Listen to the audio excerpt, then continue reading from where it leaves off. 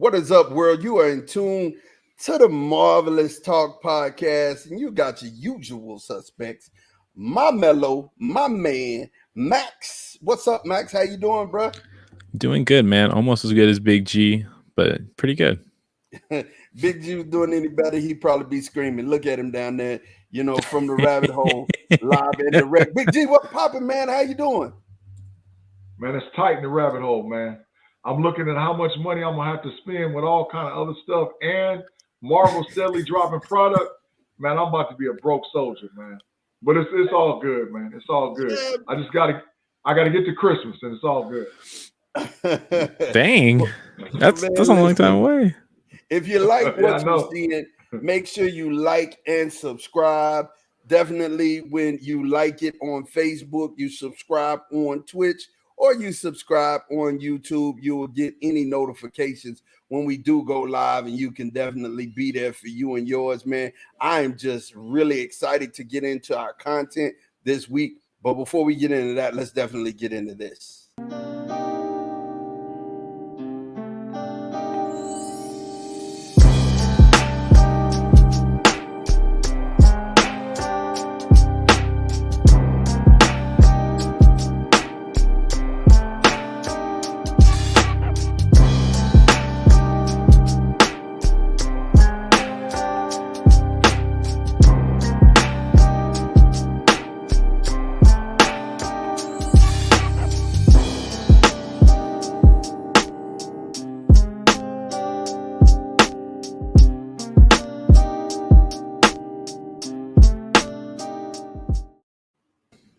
And we're back again, man. Listen, dude. Shoo.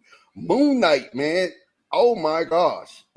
Listen, I was not excited about this at all, but hey, I'm invested. I'm in. And Max, man, just talk to us, man. What happened this episode, dog? Like, let's break it down. Well, let's go. We'll do a quick little recap. So it starts off, they're in the desert. Layla and Mark / Steven. They're in the desert.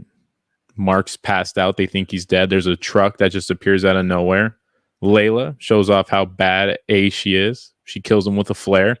Honestly, excellent episode for the use of flares. We'll get into that in a minute. But they go off to find the tomb of Amet.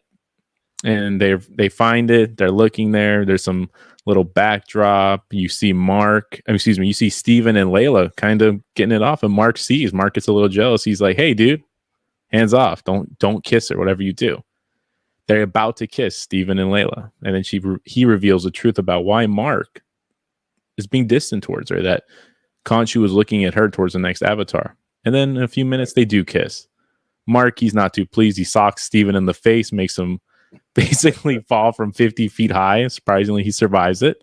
Yeah. But now they're in just the tomb vomit. They're looking for the device, I can't pronounce it, Yushpati. They're looking for that for Amet. They're in there, and then we come across a sacrificial table, and there's a mummy, monster, zombie, whatever you want to call it. It's ancient. It's gross. It chases both of them. They get separated. Layla, of course, is on a precarious platform / cliff, but she kills him with the use of a flare. So she was 2-0 with the flare. The flare is the winner of the episode off bat. 2-0 with the flare. You know what I'm saying? She is cold with a flare. Like, she's MacGyver of flares. Let's say that. And then MacGyver of flares. Steven finds the tomb of the pharaoh, but the pharaoh, the hieroglyphics is Macedonian, or the writing is Macedonian, which means this is Alexander the Great. And he defiles the body, finds the part from Ed, and Layla meets up with him and says, hey, I need to talk to Mark. I think Mark killed my father, and they have a little lovers quarrel. Arthur, of course, shows up. Arthur's the one who told he plants the seed of doubt in the brain. Then, of course, the worst possible time, he shows up when they're arguing, and before you know it, Mark gets shot twice, point blank, by Arthur. And then this is where it just gets off the rails. The show's already kind of going off the rails. Then they wake up in an insane asylum. Arthur's there. Layla's there. He's playing with the Moon Knight doll. And then it just kind of ends like that. And I don't know how to describe it. I think we have to deep dive that part for sure. So yeah, we got deep dives. I mean, me and Big G got on our scuba scuba equipment, and we're ready. We're sitting at the edge of the pool, about to jump in this bad baby. So couple of things here on the recap. The first thing to me I thought was very interesting is that the fact that we had Steven in control. Mark, he wasn't letting Mark back. He wasn't allowing Mark to come in. Steven really thinks that he can handle things, right? Steven has gotten confident in the fact that, I'm the man. I can handle this. And he's telling Mark, look, I got it. Meanwhile, as soon as the little whatever it is that that's in there making the tick noises start jumping, he's scared, and talking about I squashed it, I squished it. No, you come on, bro. Like, you're not throwing a table on something. That this is something that's undead, and you think throwing a table on it is gonna hurt it.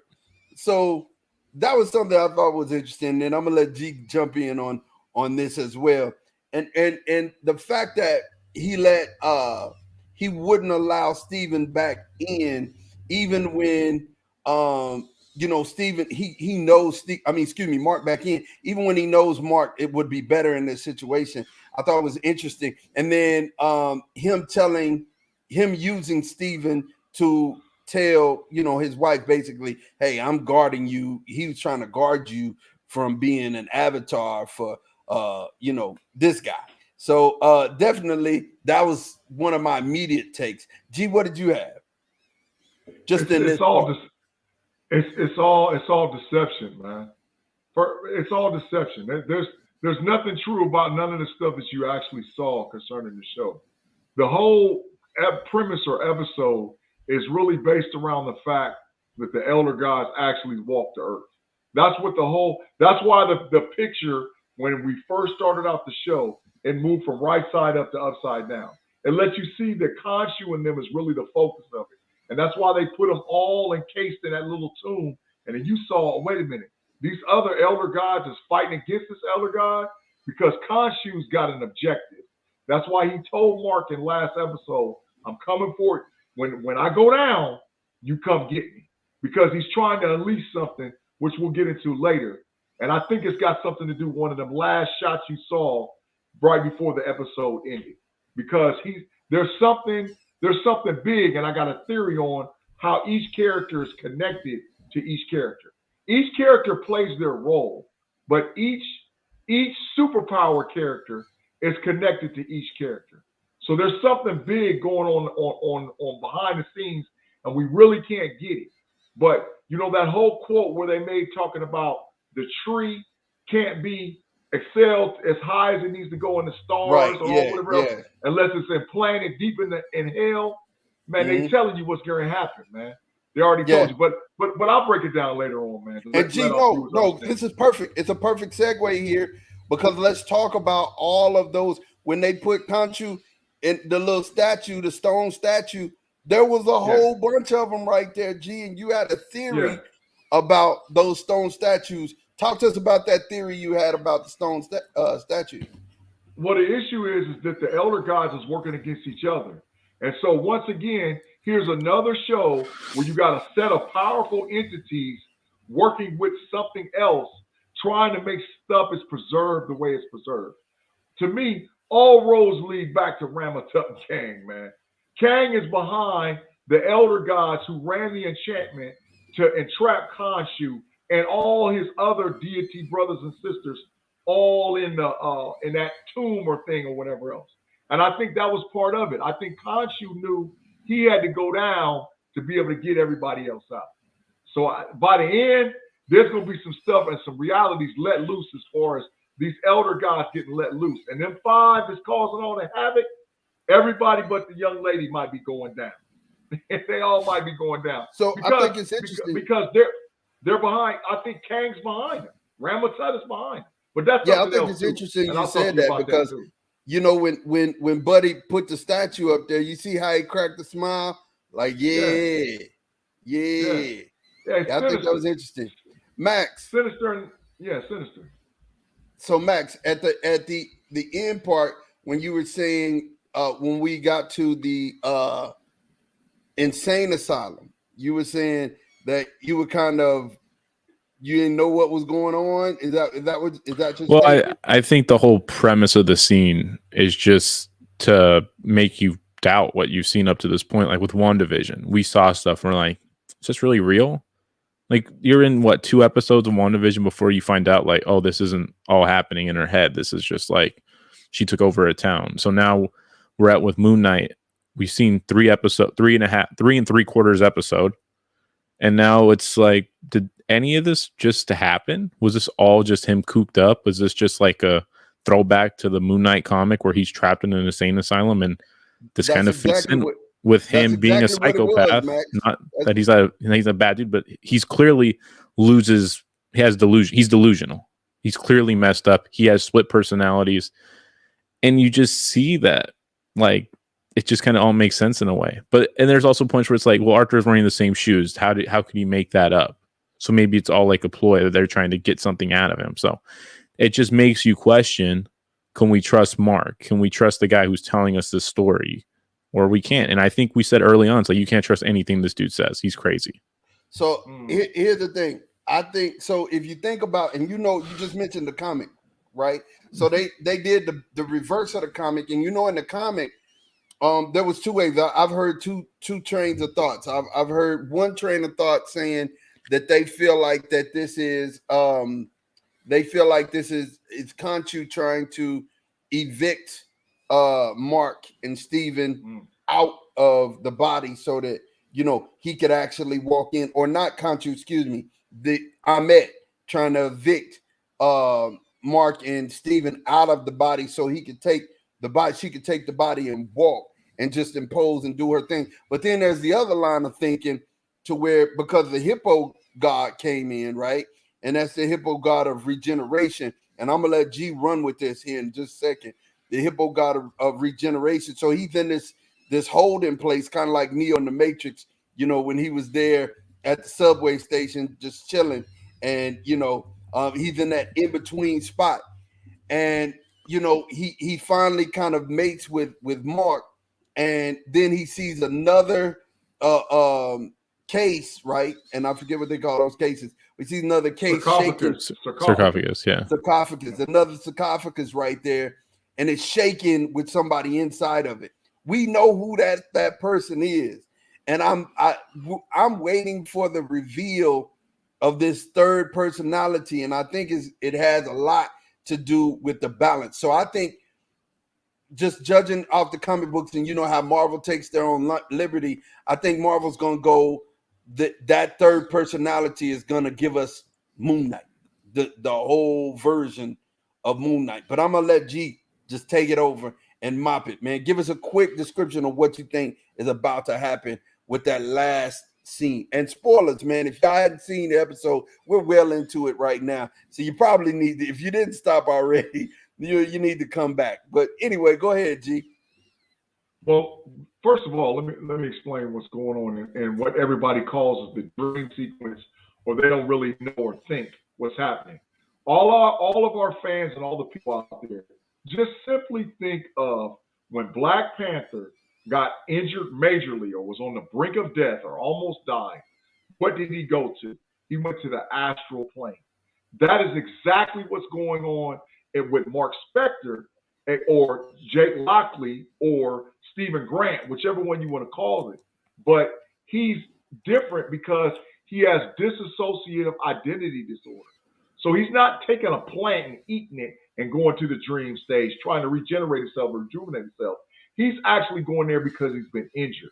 That's part of the gift that Khonshu gives him as far as his ability to come back as Moon Knight. So this plays directly on the comics, right, what's actually going on. Now, the theory that I've been telling Mod about for a couple of days is that each person, so you got Stephen Grant, you got Mark Spector. Stephen Grant's connected to Mr. Knight. Mark Spector's connected to the version of Moon Knight, what we see.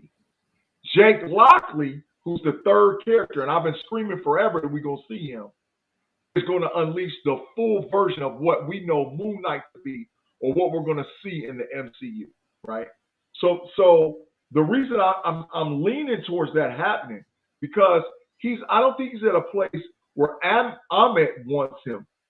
I think he's more at a place where he's got to go through this in order of a rites of passage for Khonshu to fully give him the full power of the Moon Knight, right? Tuareg, the hippo god that you see there at the end, right? She's not just the god of reincarnation. She's the god of fertility, right? Or she's the god that brings life into the earth. So how else you gonna bring life unless you die? So he's got to die. You know, it's that old parable. It's in the Bible. Let a corn of wheat fall to the ground and die and abides alone. But if it dies of something greater than itself, it produces much fruit. That's basically what you're seeing happening for this guy who's got dissociative identity disorder. Mark Spector, Stephen Grant has got to die out so Jake Lockley can be revealed with the full power of Moon Knight. And I'm calling it because I've been calling it from the beginning. You're going to see all three of them rascals in the show. So I'm hyped. And also the fact that gods walk amongst the humanity, and they've been doing it for a long, long time. Yeah, and she was it's Tawet or Tawet, yeah. Taweret, or so you said like that. But the god of life, regeneration, and rebirth is her, the things that she's been associated with. So you know, definitely at this point in Moon Knight, I think it's safe to agree, we're all agreeing that he's in between life and death. You know what I'm saying? Yeah, he's in between life and death. And it's curious to me that he dropped the avatar for Khonshu. Or the Moon Knight avatar. Yeah. He was playing with the doll, and you brought up the shoes and the cane and everything. Could it be that you can't, because he died, that he didn't think it through? He shot Mark and didn't think it through, the fact that Mark had the actual little stone statue. And if so, you know, at that point, you know, he would be in control of Ahmed, right? If he had the statue and was about to die, he would be in control of Ahmed. Yeah. Well, definitely. Yeah, but see, that's the issue. The issue is that they ran some type of enchantment and spell to cast him inside this little doll-like looking thing or whatever it is, right? But in all actuality, that's because a bunch of elder gods got together and enchanted it. That's why when Moon Knight went into that whole, I'm in an insane asylum, why you think he had a doll of Moon Knight? Because that's basically saying that he was caught up in the enchantment too. And like he really needs to unleash the power of Moon Knight in order to get himself out of it. That's why Khonshu told him, dude, tell Mark, come get me, man. Because I'm about to take this one for the team. But at the end of the day, I know he's got enough power unleashed to him that he's going to be full Moon Knight and be able to get all of us freed up.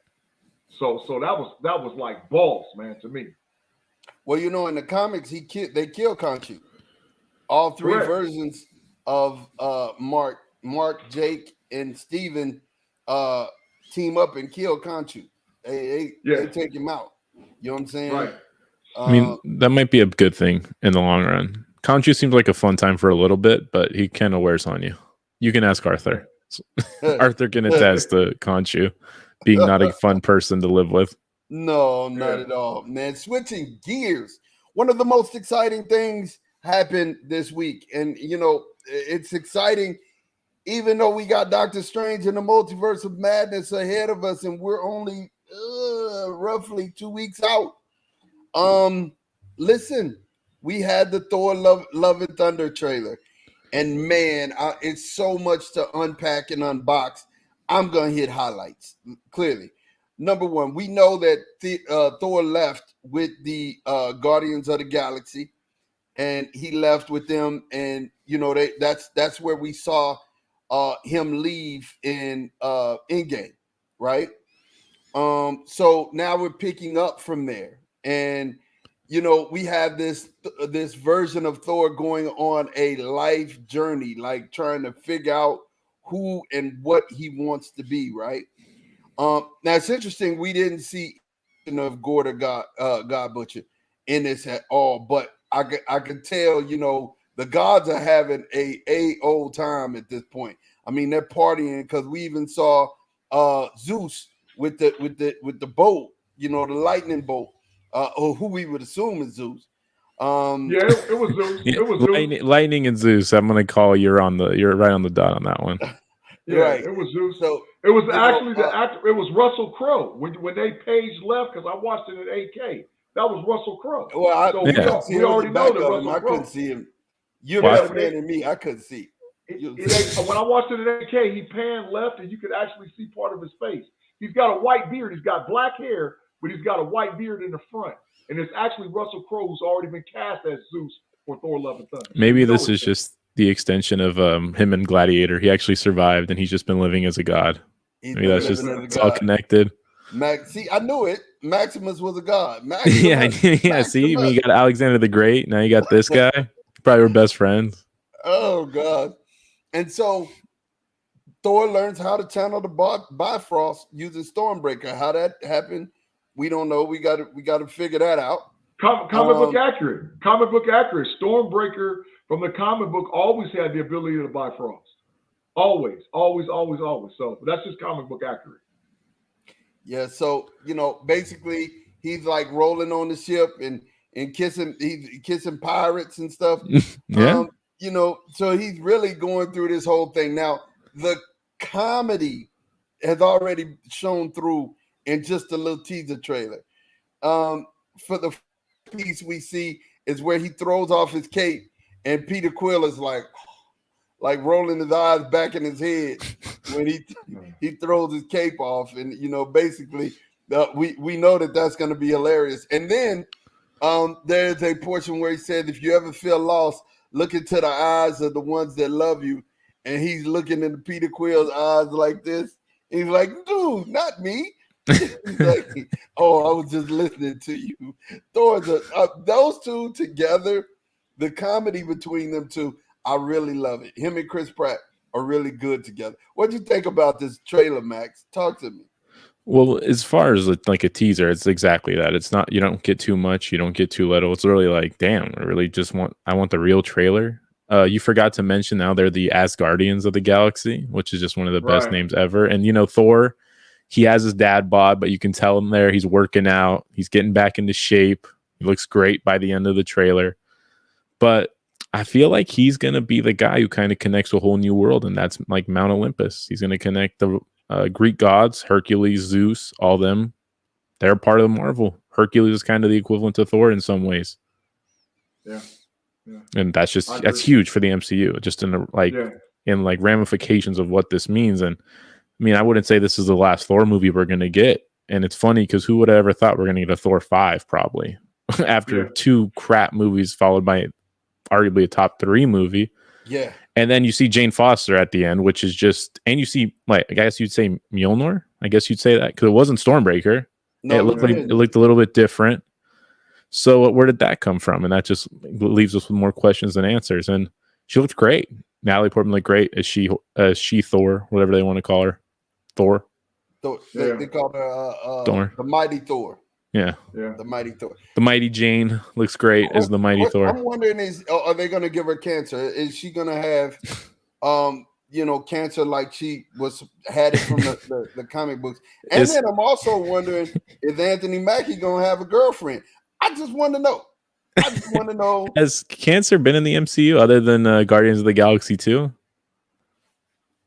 No. Other than when he gave his mom a tumor. You don't do that to family, to quote the memes. Right. Poor guy. Well, the issue is that they're pulling, in my opinion, they're pulling more from the comics for any other Marvel produced product than I've seen, movie or television show. This is almost, from what you saw in that 1 minute and 47-second trailer, there's some comic book accurate stuff that I never thought I'd see as far as the MCU. Absolutely. I mean, even the fact of Yeah, the big that B. was the direct shot with Thor from the Thor run of the comic book, where he's trying to investigate, figure out who in the world Gore the God Butcher is, and I think that's sort of like, and I'm swinging back. That's sort of where the premise of Moon Knight is at. Moon Knight, see, in order for you to have Gore the God Butcher, you got to have a whole bunch of gods around everywhere. Because what I'm telling you, you're going to see a character go on a rampage and a slaughter. He's going to start just wiping whole cultures out, because that's what he does. He walks around with the Necro Sword. The Necro Sword is basically the god of Venom and them who created this thing. In the comic book, he actually chops off Nowhere's head. So, I mean, we've already seen Nowhere floating around in space. There was a Celestial with no head. Who did it? Gore the God Butcher did it. Gore been offing people for a long time. So we're going to see full-blown Gore, and I'm glad they held back on it, because it's going to really, really tie the story. And Max, I agree with you 100% with them bringing in this next era or next realm of Marvel. I think that the foundation is going to get laid in Thor: Love and Thunder, and that's why they held back, because it's almost telling me that Doctor Strange and the Multiverse of Madness is going to be a reboot, where Thor: Love and Thunder is the start. It's almost telling me that, just by what we're seeing in trailers. We've never seen no part of neither one of these movies, but we can already see where Doctor Strange is the closure, Thor is the beginning of the gate. That's just what I'm saying. Have you guys seen the poster for the movie? What do you guys think of just like the poster of it? I'm glad you mentioned that, man. The poster, Max, is phenomenal, dude. It's almost as good as Ragnarok for me. I love Ragnarok the most. That's like my favorite one, but it's just like the overall feel of it. It feels so comic booky. It feels great. It just looks great. I love the classic Thor suit coming back. Chris Hemsworth looks great. I'm not trying to hate. You know what got me, bro, is, and I hate to say this, man, Guns N' Roses, man. I think they picked the best. That's Guns N' Roses? Yeah. I wouldn't know that. Yes, child of mine. I think they picked the best music, bro. Like, for real. Like, the best music. I mean, I think it would have been there was some 50 Cent, but I guess that was pretty good. It definitely still has like the rock and roll theme to it, And we didn't even mention our good friend Korg is there. I miss Korg, man. Korg is a good guy. Korg got a Tooth Gnasher and Tooth Smasher belt on, right? And did y'all peep that where they got dropped off at? Y'all know they got dropped off at Sakar, right? Nevidir they got D'd off at Sakar. That's Sakar. Oh, Sakar. Yeah, Sakar. That's Sakar, right? Yeah. So why would they maybe get D'd off to Sakar? Because remember where the whatchamacallit was living at, the not the Game Master, not the Collector, not the Collector, he was living in that tower, right? Right. He was living in that tower. He had past champions, right? One of the past champions was Beta Ray Bill, or Beta Ray Bill. Beta Ray Bill was on that tower. Ares was on that tower, right? And we know, because I saw one of the trailers blown up, and you can actually almost see Ares in the backdrop with the gods. So could we get Ares, who's huge in the MCU, Hercules, who's huge in the MCU, Zeus, who's huge in the MCU, right? We could get Sakar tying directly to this whole story, which is, you've already seen both Beta Ray Bill and Ares on that statue. You done seen it. And it's the Grandmaster. That's what his name was. The Grandmaster. But yeah, no, I agree with you, Big G. It's like, where are we going to go? And Odin's role as like basically all powerful God has kind of been vacated, and Zeus can step in and kind of be kind of a father figure to Thor. I feel like he misses Odin. I feel like we still might see an Odin appearance flashback. I wanted more with Odin, so maybe we'll get some more with Zeus. Yeah. Maybe so. I think so. Maybe so. I think I love. I actually love the feel of a young Thor, the middle-aged Thor, and then the Thor where we got the first, Thor where he was trying to prove himself worthy. Like I said, I think I got so much of the trailer in so little time that it felt good, man. Like this is the first trailer in a while that felt good. Ragnarok felt this good. Ragnarok felt this good. I don't know why. I can't say that we're falling in love with Thor movies, but bro, like, and like Max said, who would have thought? Who would have thunk it? Who would have thunk it after those first two Thor movies? Who would have thunk it that we're sitting here on pins and needles, like, yo, this may be the greatest Thor ever? You know what I mean? It's like, wow. Thor is the first guy to get 4 movies. He's the first hero to get 4. I mean, he's up there with Avengers. There's 4 Avengers movies. Now there's 4 Thor movies. So, like, that's like bananas, you know, in my opinion. No, like, especially the way it started. It wasn't like an Iron Man 1 where everyone loved it from the start. It's just the fact. I think Chris Hemsworth has done a great job with the character, and Taika Waititi saved it. And now they're like, we need to make at least 2 more of those. We need to have a trilogy with just Taika Waititi and Thor. I don't really see an end date for the character. No. Don't really see one. No, I think he's a god. One of the he's gonna live forever. Well, no, I meant like with the MCU ties. Like, I mean, Chris Hemsworth won't live forever, so maybe they'll transition him to like an Odin type role later on. Right, like maybe he only appears in a few movies, and I mean, we're gonna probably see Loki in this movie. It'd be like kind of a shame if he didn't. I was thinking that. So I was gonna ask you, do you think we'd see Loki? But why do you think that, Mac? Just because they pointed out, he's like, I've lost everyone. And it was like, oh, yeah, you kind of have, but maybe you haven't. Maybe you just don't know that Loki's still around. It might not be the Loki from your universe, but it's a variant, and who knows you and you know Loki. Same. So I think he's going to make an appearance, maybe at the end, maybe as an after credit scene, because maybe Loki season 2. I don't know. I think Loki might appear. I mean, how can you have Thor without Loki? Kind of doesn't make sense. Right. Yeah. So, G, what was your thoughts about? And then I know you were probably going crazy about seeing Tooth Gnasher and Tooth Smasher, the goats. Like, I know you were going crazy when you seen that. Loving it. But what were your thoughts about Thor: Love and Thunder trailer? Man, I've been saying it, and Max is like sort of been on me a little bit. Like, man, why do you keep saying it every time? It's going to go up a little bit, and I'm like, Max, I've been in a rabbit hole. I've been around all these Marvel folks, man. I'm telling you that this stuff is going to go up every time. Off of a 1 minute and 47-second trailer, we've already moved past Doctor Strange.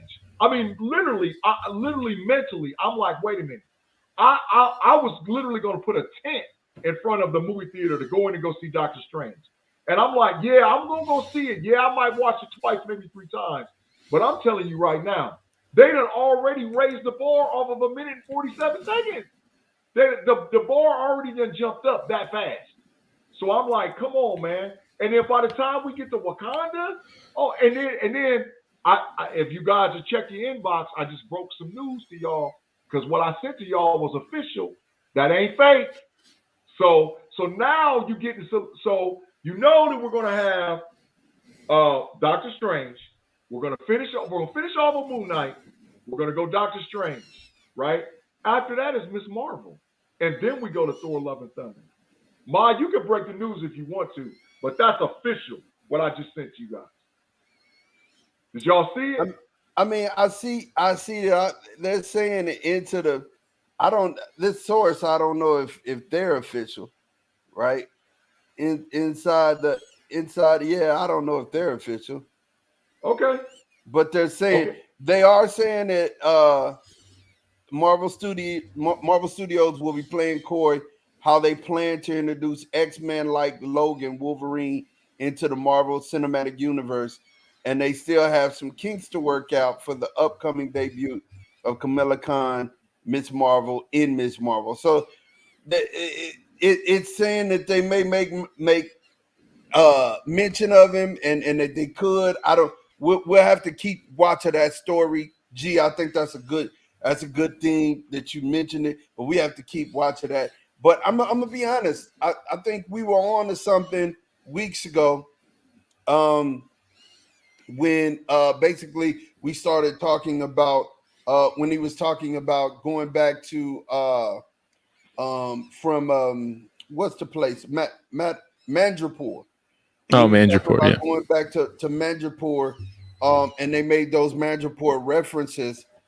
Right. I think we were really headed in that direction anyway. I just don't see Kevin Feige wasting all of this information that we have on this place, right? And knowing that Mandrapore is where, and G said it in previous shows, Mandrapore is where a lot of the mutants came, and stirred it up. They kicked it up from Mandrapore. Because Madripoor is built on an island that lays on top of a magical dragon. That's what Madripoor is. Madripoor is an island that's built up on top of a magical dragon. That's why the mutants go and hang out there, because stuff that's normal and the stuff that's abnormal is normal. So stuff that you think that you might see or not see, it goes on right at Madripoor. Patch is the bodyguard at the Monkey Club. Patch is Wolverine. So of course you're gonna see that all that stuff laid back there, man. It also makes you kind of think of a different island for mutants. So I'm just gonna say that without getting too much into it, because we're way too far ahead of ourselves with the mutant talk. I'm just saying all the talks of an island just made me think of a different island that will have a huge role if it comes out. Max, if the island you talking about show up, man, oh man, we're not talking about the island of Misfit Toys. I'm gonna start taking off shoes and wallets and all kinds of stuff. Start chucking it into the screen because I'm telling you, man. I'm telling you that Kevin, man. I've been saying this for almost a whole year about Kevin Feige. He is a super genius. This guy, Mod has been saying it forever. He wastes nothing, but now. Think about where we were at the end of phase 2 going into phase 3. And now think about where we're at in phase 4. And just now, how much is built up off of just the trailers. How much they built. And they showing us stuff, and that us that are comic book heads and stuff like that, we're piecing it together. And we're like, wait a minute, oh no, come on, man. The only thing that everybody's been wrong about so far, there's only been one thing that everybody was Mephisto. But in the slow down version of the new Doctor Strange trailer, there's a creature that's at the bottom of that trailer, and it looks like freaking Mephisto. Man, I'm telling you, Kevin Feige, he is a super genius, man, super genius. Because what he's doing, he's setting up stories for 10, 15, 20, 25 years, man. And you're going to have reference points to go back. And it'll be like, oh, that happened in phase 3. That happened in phase 4. Or that happened in phase 1. And so it's like, man, come on. You can't discredit none of it because it's all good. It all counts for what's going on as far as the MCU. So wrapping it up, man, and kind of before we hit our parting shots, what do you think that, far reach are we going to see? And I guess it's the best way to see it, because we've got in this new dispensation, we started with Falcon and the Winter Soldier. Well, WandaVision was first. Well, WandaVision. We started WandaVision, and then we got Falcon and Winter Soldier. So, are we getting anything from Falcon and the Winter Soldier in Spider-Man No Way Home? No, he wasn't in there. He wasn't tied to that. Are we getting anything from Falcon and the Winter Soldier in Doctor Strange Multiverse of Madness? I doubt it. Maybe the characters, but not the Anthony Mackie and Sebastian Stan. I think you might be. I'm just talking about some of the information that we have. No, I don't think so. No, I think their series was very. Where we got it. We had Falcon and the Winter Soldier in Hawkeye. There were ties. Falcon and the Winter Soldier in Hawkeye, right? Mm-hmm. So it's what, and I'm saying this to kind of show something. Sean said, Big G said, Max, and I gotta bring this to you. He said that what we're gonna do is divide Earth and space. Yep. They're gonna make a division of Earth and space. Or you're gonna have Earth-based heroes, you're gonna have space-based heroes, and they're gonna be showing stuff happening simultaneously, right? Yeah. You're gonna have Earth stuff happening. Yeah. You're gonna have Earth stuff happening, and then you're gonna have space stuff happening. And I can really see it in how he's writing these stories together. It's they're being woven together, and like he's taking from this one, adding it to this one, taking from that one, adding it to that one, and in a minute he's gonna put them all on a chain and put them around your neck, and you're gonna be wearing. Do you think it's also maybe just kind of like similar power levels type things? Because if you think about it, like as cool as Hawkeye is, and Captain America / Falcon / Bucky, it's just like they're not really on the level. Like if Thor really wanted to, he'd come kill them all in one fell swoop. So maybe it's more about keeping the characters who are more relatable to each other. Like Hawkeye and Captain America and Falcon are kind of more relatable than Falcon and Thor. So it kind of just makes more sense that they're more intertwined. Maybe it's more about the power levels. Are the Guardians of Thor like level?